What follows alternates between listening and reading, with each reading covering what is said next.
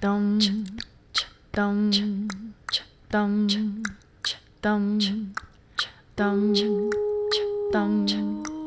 dum, dum, Space between, space between, space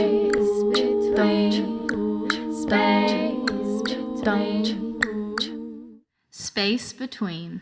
Hey, what's going on? This is the Space Between podcast where we talk about, our cat's going crazy, the space between life and art, passion and business, what's happening now and what's happening next. I'm Pat Shand. I'm Amy Shand. We have comments going in fucking already, all right? Hell yeah. We have comments from Randall Begins saying, guess who's back? Zach says, howdy, was goofing around on Facebook and this popped up. Awesome. Popped up. Welcome, Zach. And Randall says, what's a dude got to do to guest appear on the podcast? Dude, we want to have guests all the Yeah, time we do. and talk about your lives and what you guys do for work and everything. And We do. totally, that's definitely a possibility in the future. So It sure is. so far, it's just been like our close friends and stuff because they're, you know, the easiest to contact and stuff. Besides Steve, of course, to have over, but he's one of your best friends. Yeah, Steve is going to be in tomorrow's episode because we usually do one episode a week. But this is episode 49. So for our 50th episode, which is kind of an anniversary episode, we have Steve Wisnowski coming through. That is pre-recorded, so that happened already for us. And for some of you guys, you were already on the live stream. Yeah. Marco Lopez comments, "Gur arg" in the live stream for Exactly. a Buffy/Angel/Firefly dollhouse reference. Okay, so how are you today? Had a long day at work, but I'm glad to be home. You did something that I myself hate when people say, I would have said, but I couldn't believe what you did, okay? Oh, when I stayed late? Yeah, Amy worked a full shift, and they asked her to stay late to learn something new, and I just couldn't imagine not saying, hey, wait a second. You must have not seen. I worked 8 hours, bitch. I'm out, okay? Yeah, and I'm gone. I got there early, and I remember I texted you, and I wrote down a couple notes on my phone, which is in my room, because this guy at 7-Eleven this morning, I got to work early today because it was raining and I had to get gas. So I didn't want to be stuck in traffic or anything like that. I live kind of like a half an hour from work, so I try to get there early to get my own drink and stuff like that and prepare myself mentally for the day. Yeah. So I was in 7-Eleven, and there was the cutest older man with white hair. Right. The text. And he made me feel so happy because he was so happy about everything. And he didn't even care that the lady wasn't responding to him at the register or anything. Because he was older and he was with like a work partner and they were both construction men. Okay. And I didn't know if it was like his son, but it could have been just his partner that he was treating like his son. Yeah. Because he gets to the register, buys his stuff, and he turns around and he's like, "What are you getting?" And the younger man said, "A small coffee." And he goes, "Nothing to nibble on?" Like 4 times he said the word nibble. And like, I could see like maybe why someone would be like annoyed with him the way he was talking, but I just thought it was the cutest thing ever. That is cute. And then on the way out, he said something else I forgot, but then on the way out, he passed someone, and the guy didn't say anything, but he goes, "Hi, partner," like that, just on his way out, just all nice. You know what? I guess when you get old, you can go one of two ways. You can either you've seen everything, so you just enjoy life, you know, and you try to be positive, or you've seen everything, so you just get bitter. So pleasant. Yeah. Oh, the other thing, I just love the way the words that he chose. Like when he got his change, he looked at the lady in the eye and he said, "I thank you." Oh my God. So charactery and so cute. And it was very pleasant to watch. He was in front of me in line at 7-Eleven. So then I got to work about 45 minutes early. Too early. And then I stayed about 45 minutes late because, I had to learn how to set up the new, like we have a nitro tap for our cold brew coffee now. And it's like a keg, like a beer keg. Yeah. So I had to learn how to hook up the nitrous and shit to it. I'm still stuck on nibble, you know? Nibble. He said it. I swear he said it 4 times. Nothing to nibble on? How often do you hear it in non-sexual I haven't nibble, heard that you know? in so long. Yeah. And you were asleep, so I'm all remind me to text you about this guy at 7-Eleven, and I almost wrote nibble. Yeah, but I didn't want you to read it and be like, what the fuck happened at 7-Eleven? Yeah, before yeah. I could text you back. Right. So I said something else, but like, yeah, it was just so adorable. Yeah, probably if you texted me, I have to tell you about a man at 7-Eleven, nibble. As soon as I woke up, I would have ran to the car, you know. Been to 7-Eleven, be like, what happened this morning? Ready There to was nibbling scrap. going on. Yeah. So that's what happened to me. But then, the day was just, because we recently got a remodel of our store and everything's out of place. So it's just whack. So it's tiring, but we'll get there. And I found a quote on Facebook yesterday that I really liked, and I said out loud to my best friend Tommy today. When I said, you know what, Tommy? If it's endurable, we'll endure it. Joss, okay. Because it is. Yeah. It's just a work day, you know? Yeah. And it's just a bunch of coffee on the floor. It does get to you though, you know. Like I remember that a bad day at work kind of offset my personal life too. You know, we have a comment from Randall Begins commenting on Nibble Homie, saying sounds like a Flanders to me. Totally, that's so funny. I went today to the Mac store, which is not the Apple store. It's the fucking makeup store. It's like at our mall we have a Mac and a Sephora, and a Sephora is kind of where you go in and you go on your own thing. It's huge. You get lost. You go on a journey.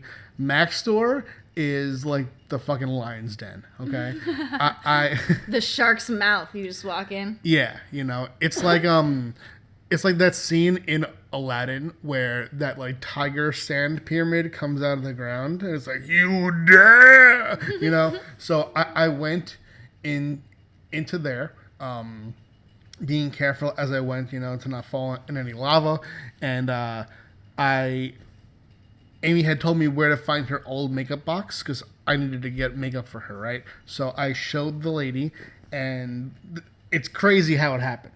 It wasn't what I expected. Okay. I showed her the box. Mm-hmm. She only seemed a little bit annoyed that I was there at all. Okay.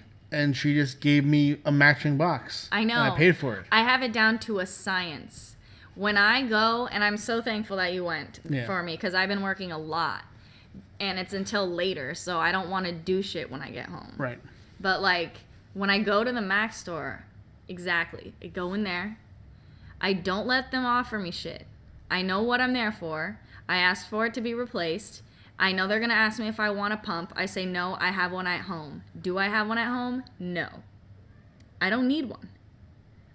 But they're like, okay, great. I said no to the pump, too. I forgot that part. They always ask if you need the pump. She said, do you need the pump? And I said, probably not. I don't need the pump. You just watch this. Yeah. On the hand, on the brush. They're trying to get that fucking money, Exactly. Yo. What I bought shouldn't cost what it cost. No offense to you. No, I know. But God, it's the most... and I only buy damn. one thing from that store. The rest I buy from the drugstore. Yeah. One product from there, and it's quite pricey. I didn't know that makeup... I mean... If Well, I cover my face every day. Right. Like, if I had gone to a makeup store and had gotten, like, lipstick, eyeliner, eyeshadow, I'm going to go with the cream that you just got, okay? Cream. And, Okay. And... Imagine if I did a tutorial, I'm doing my makeup, and you're describing it. Let's do that. That would be hilarious. That would be hilarious. And some blush, okay? Right. If I got those, like, 6 items... And it costs $30. I'd be like, what the? Whoa, what? It's $30 for one thing. The cream costs $30. Mm-hmm. The fuck? Makeup is expensive. It's sad. Let's stop using it. You know, me and you. Yeah.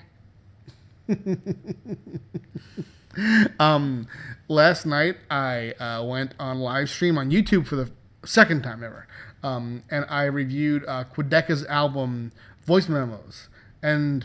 Man, you know what? It's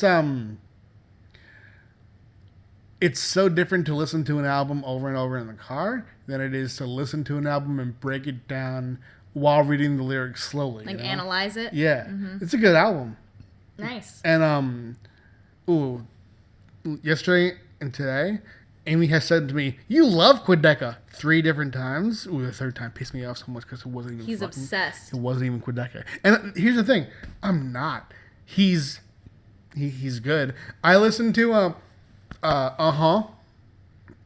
almost every morning when I shower to get hyped, and then that was it. Okay. And then she said in the bed, "You love Quedeca." And then today, when I got home, when Amy got home, I was defecating. And I was listening to this new song from Matt PFV, who... I can't believe I'm going to share this. Matt PFV is a rapper. I don't know why he's named PFV, but... every time I think of his name, I think Matt, pussy, fart, you know? Oh my God, why do you think that? Of all things. Because it's the first thing I thought of. What's the last one? It's the fart. Oh my God. You know? You're weird. It's the PF. Okay. So I was listening to a song by Matt Pussy Fart, you know, and Amy comes in. From the door, I hear, "You love Quedeca." I'm like, it's not even Quedeca. You're racist. No. It sounded kind of like him. I don't know. To me, Quedeca sounds more like, and Matt PFV sounds more like, Okay. But yeah, no, it was cool doing the YouTube live stream. We got one dislike when I told the truth about my opinion about the rapper NF. Oh. Yeah, someone asked me, you know, the comments were just coming in, and someone asked me to schedule a reaction with us to the new NF song, and I was like, listen, we've done 2 NF songs, but we both kind of agree that like he's not that impressive to us, and his fan base is very, very intense. And we like to do positive stuff here, you know, so we don't want to make reactions that every time we react to him, we're like, oh, this was just all right, you know. And I said, if you have a song where he's impressive, hit me up. I'll hear a clip. If I agree, then we'll react to the full song. And the guy said, "Oh, the new song is going to do it for you." And then I said, I heard the entire new song, and it is decidedly not. It's just not doing it for you. To me, he's just he doesn't fit in with the hype I see around him. You know, I don't see him as an incredible lyricist. I see his lyrics as very simple, and you know what? Lyrics that are to the point are great, but his lyrics feel fake deep to me. You know. And his delivery, I'm not really fucking with that hard. Randall Begins comments, "The thing is, it's retail and corporate tells managers to tell their employees to ask customers. It's stuff like that I think helped kill retail. People wanted to go out and shop. It reminds me of going to GameStop. Every time going in there, you just want to buy something, but gotta hear the entire rundown of all their offers." Yo. That reminds me so much of Hot Topic. I knew you were gonna go there. Fuck yeah. Yeah. And it's true that happens in a lot of places, and like even in Hot Topic, like they've gotten defensive, being like, "Oh, well, they just train us to say this." Yeah, and because it's like, I know. We spoke about Hot Topic on the podcast before. Yeah. Yeah. Because of this, I think. And since then, I just want to kind of elaborate on the story that you had there about how they get defensive, because we didn't talk about that. We talked a bit about how when you buy something there, because Amy always goes there and she'll buy like what do I get there? I like the fun like showy jewelry that they have, like the necklaces, and I like the surprise open toys. They have a lot of like mini pop toys and stuff, and like surprise toys, and we still have a toy that we from that experience that we need to open. It's a doll. Absolutely. It's the Willow doll from Buffy. Yep. So they have a nice like selection of comic stuff and like memorabilia, and they have really cute bathing suits and shit. Overpriced, but they're fun to look at. Yeah, but you'll always buy just like one soft little doodad. Right. Like one little, not soft, small doodad. And they ask for your contact a good 5 times. Hell yeah. And this last time, he asked for your Well, first they ask like as if you're already part of the club. yes. They're like, so what's your email? Yes. And I know that's I'm how it not in the goes. fucking system because every time I have this conversation, I don't give them my email. Right. So I'm like, no, I'm not in the thing, you know? He's like, oh, well, blah, blah. So that's the first time. He then offers you to be in there. Mm-hmm. You say no. Politely, mind you. Yes. He pushes. You say no again. Mm-hmm. Then I'm sorry. I need my Barbie over there, her foot is facing a way that makes her look really Go. disjointed, and I need to fix it. go 4. He goes, "Are you sure?" And he pushes a fucking 4th time. And I said to him, "Hey, to keep it real, we almost consider not going here because of shit like this." She's And sure. guess what? Tip the edge, bro. Yeah. Not going there. Yeah. Veer away from there at the mall now. Just Yeah. so you know. He said, "Oh, no, I'm sorry. They make us do this." He didn't say I'm sorry, I don't think. No, he did say sorry there. Okay. And he then later on said, "I'm sorry if I came off that's as right. pushy." Then he overly Yeah, apologized. he apologized too much. But he did say sorry, and he said that they make us do this. And I said, no. I mean, dude, I've worked in retail myself. I know what we have to ask. And I know that they make you guys do this. But you guys ask, they make you do it 4 times? Because that's usually what happens is they ask us 3 or 4 times. And I'm saying like 1 or 2 is enough, man. But like you guys make it uncomfortable. Like when you worked at the bookstore, did you have like a standard, like you ask them, they say no, and then you kind of like feel out if maybe they're interested, you ask them maybe a second time, and then that's it, right? At the bookstore, well, at Barnes & Noble was the worst. At Barnes & Noble, we had to offer the membership, and we had to not tell them that it automatically renews if you put a credit card on, which I've gotten caught up by that. And that to me, I think Barnes & Noble as a store has problems, and I hate saying that because it's like the one left like book chain that still remains, but Borders didn't have the problems that Barnes & Noble had. And then 2, we had to ask customers to donate to the Ronald McDonald House. And there was this old lady who worked with me who would always want me to do the full thing to say. And I'll be like, hey, I'm not saying that. I'm not saying it. You're not a fucking boss, you know? I'm not saying it. She annoyed the fuck out of me. I'm trying to get this right and not have my... There we go. Boom. At Borders, I was the fucking demon, okay? Because at Borders, there were 2 cards, right? Mm-hmm. There was the Borders card, there's the Borders Rewards cards, and the Borders Rewards Plus cards. Mm-hmm. And the reason that I was good was because it was actually an amazing deal. And you believed in it. Yes. The Hot Topic deal is not amazing. The Barnes & Noble deal is actively bad. The Borders card, yo? Let me start on these motherfuckers with this bankrupt store, okay? The Borders card, the rewards card just got you email coupons sent to you. Okay? You didn't pay. It was free. Then they introduced the Plus card. The Plus you can upgrade for $20. So listen. You start saving them automatically, okay? You can stack the discount of the card and a coupon. So watch this. If a Borders Rewards member came in with a coupon and got over like $170 worth of books, I could be like, hey, guess what? If you pay $20 extra, you're already paying less. And people say that kind of shit and say, if you pay $10, you already start saving today. That doesn't mean anything. You're still paying more. At Borders, if you get the card after a certain amount, you'll pay less for real at that transaction. But they're not open anymore.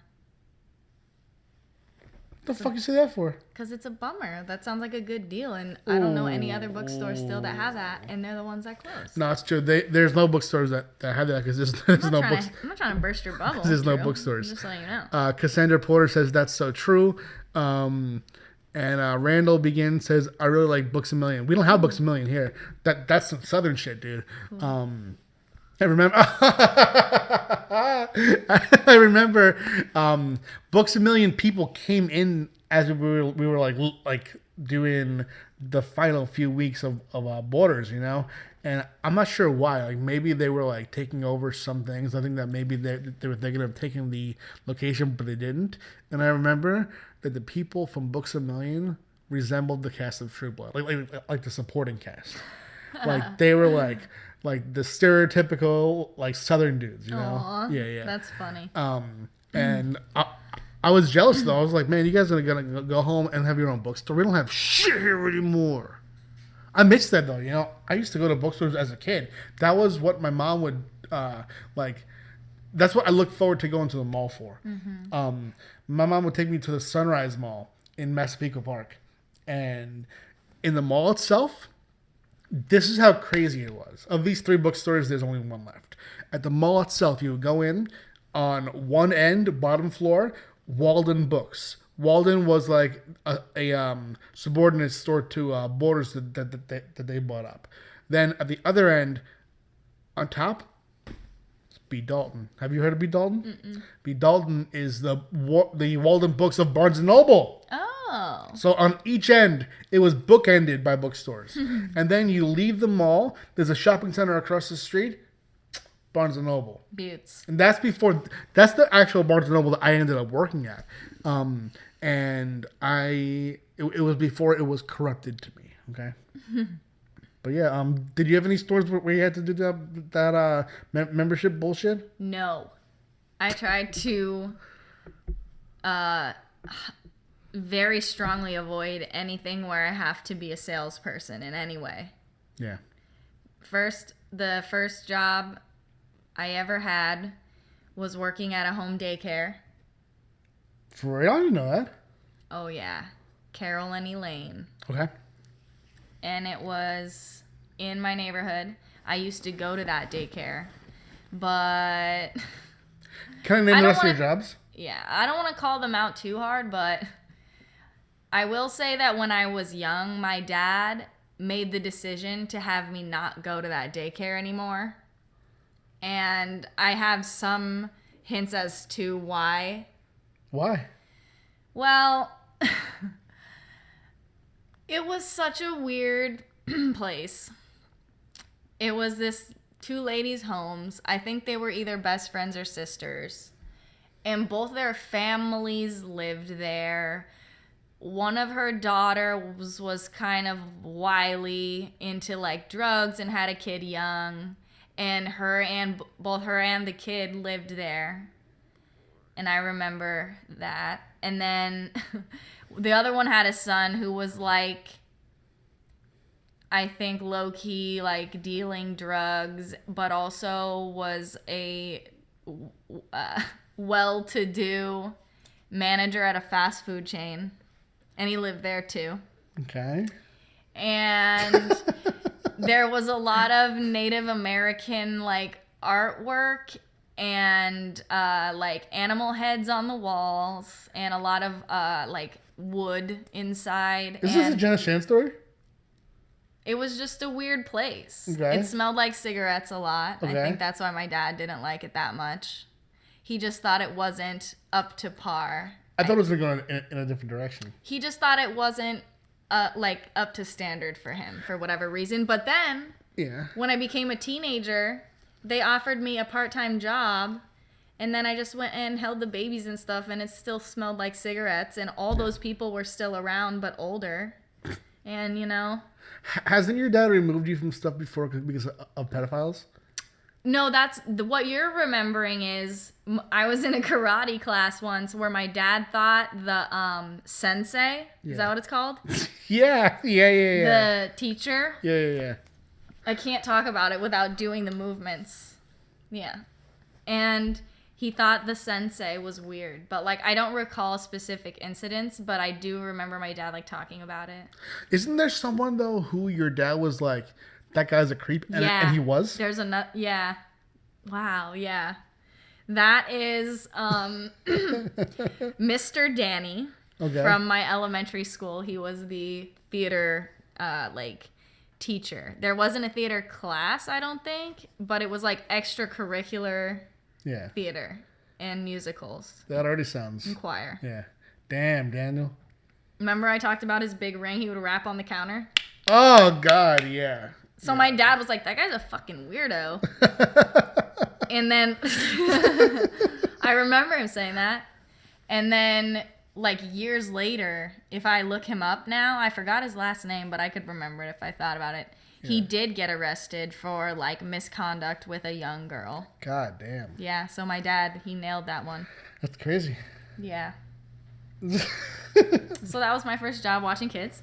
That's never happened to me, you know. I've never been in a group or a situation where my parents were like, I sense something weird here, you know.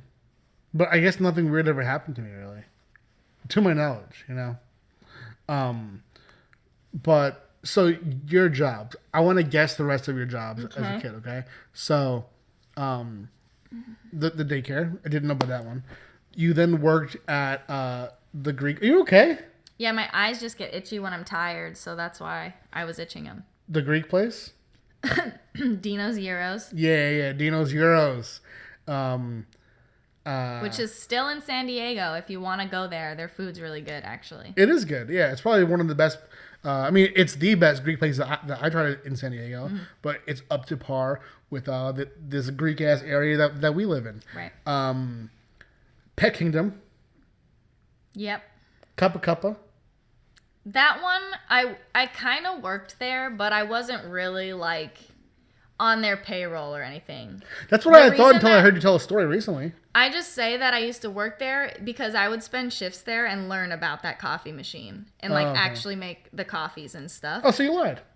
I didn't lie, really. But yeah, I feel bad because if like the person that I knew that worked there were to ever see that, she'd be like, she didn't work there, which I didn't. Okay. You know, it was her that worked there, and I would hang around and try and learn about that coffee machine, and I was into like tamping and grinding the espresso, and I would try to help. Okay, so no big deal, just spreading lies. And then you worked at Starbucks. Yeah. Yeah. And babysitting and space between. Mm-hmm. And what were you just pointing at?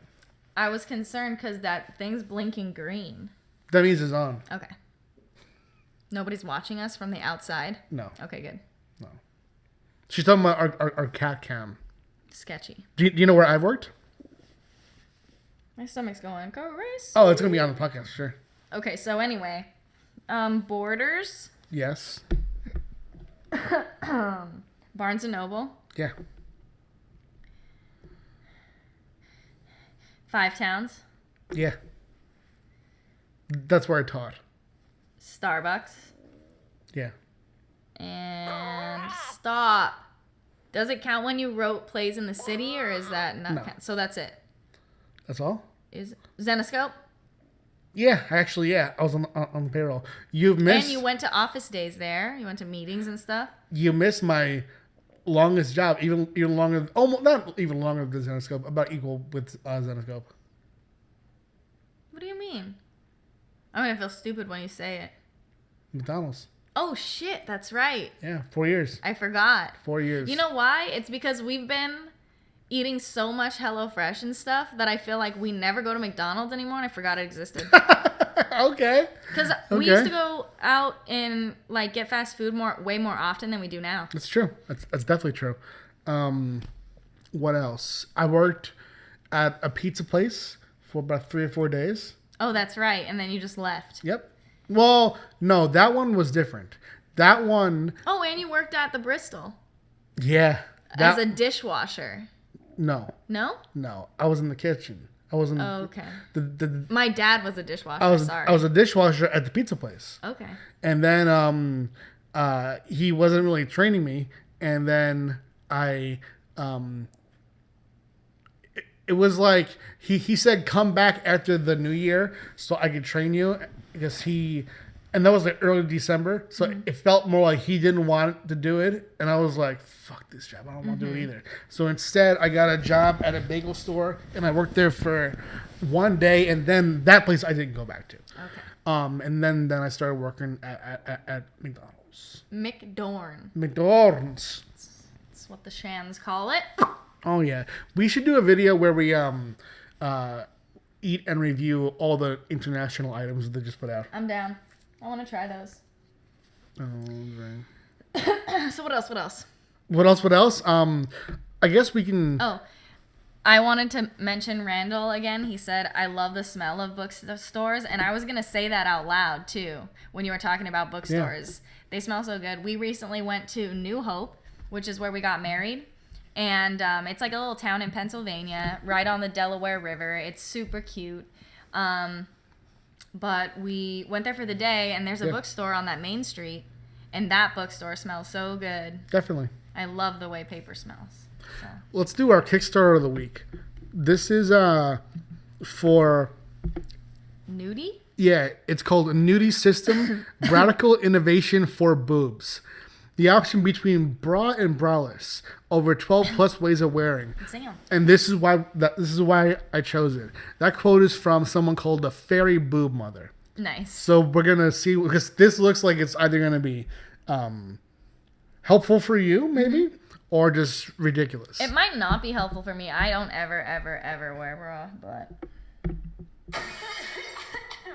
Hello, I'm your fairy boob mother. Adorable. Sensual, elegant, poised, and flexible. I know the secret to the perfect feel. But do you know who doesn't? You. Don't worry, darling. Neither does Victoria. Shh. How did I get here? Shh. Finding the perfect bra is an overly complicated... Broar. So cute. This reminds me of, you know that shit that my mom has, the Poopery? Yeah. There's a commercial for Poopery that's just like this. Nightmare. There are too many sizes, and somehow none of them seem to fit my shape. Oh my god. Wires are confining and so uncomfortable. Looking sexy has never been so painful. Is that a problem? I don't know. Is chronic back pain a problem? What if there was something between a bra and going braless? Here it is. Introducing Nudie.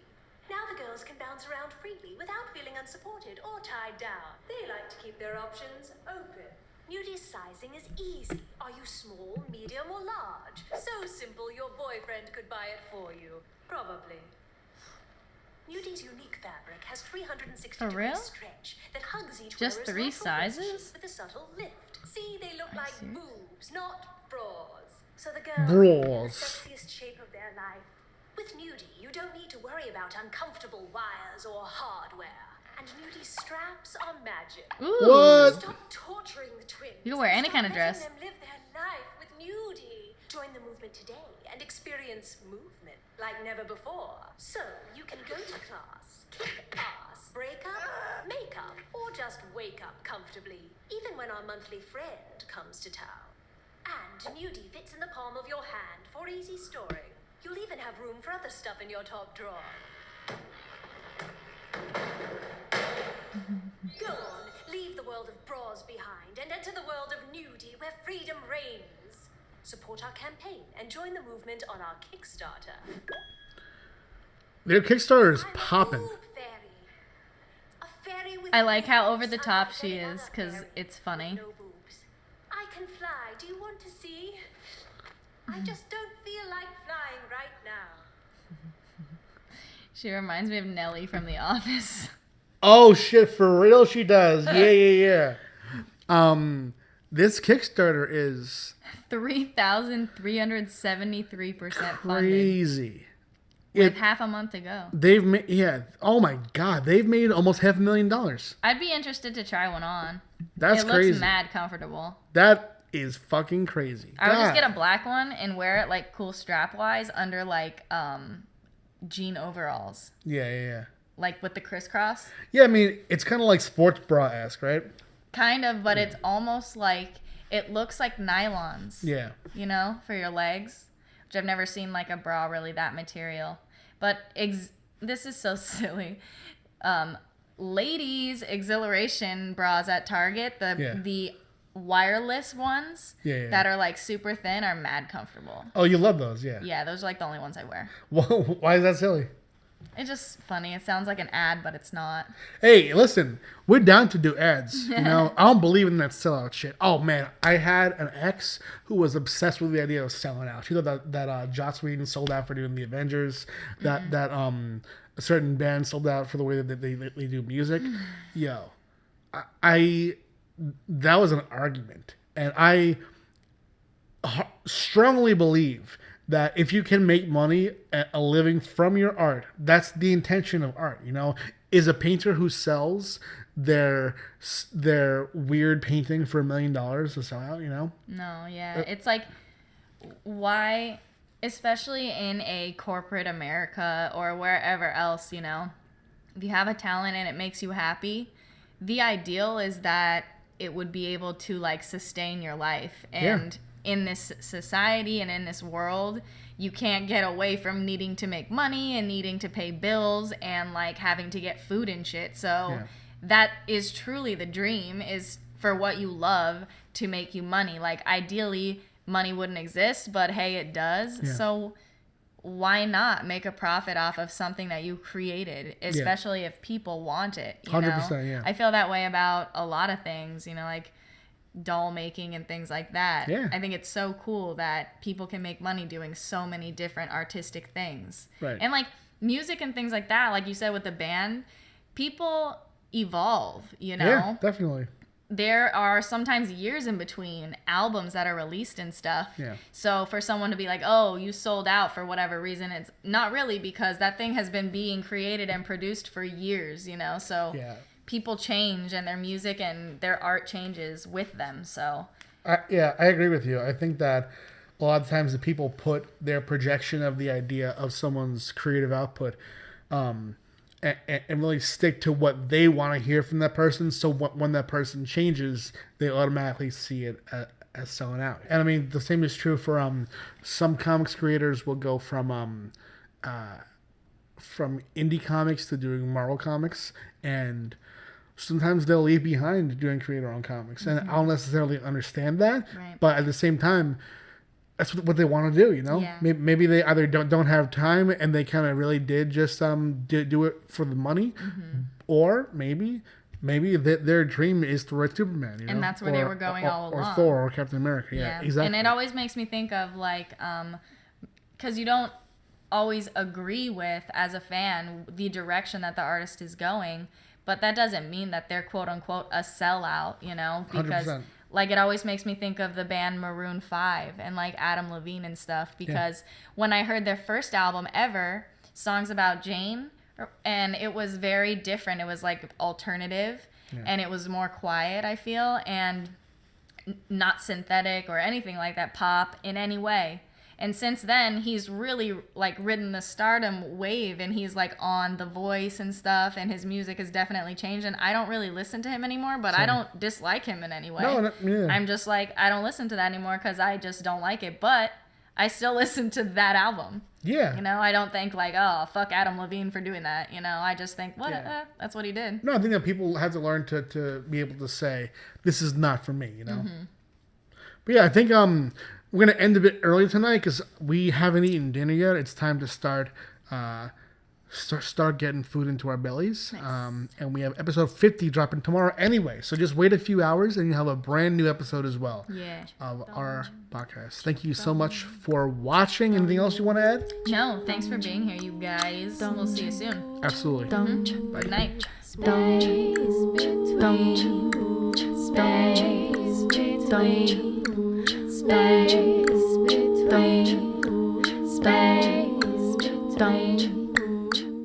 Space between.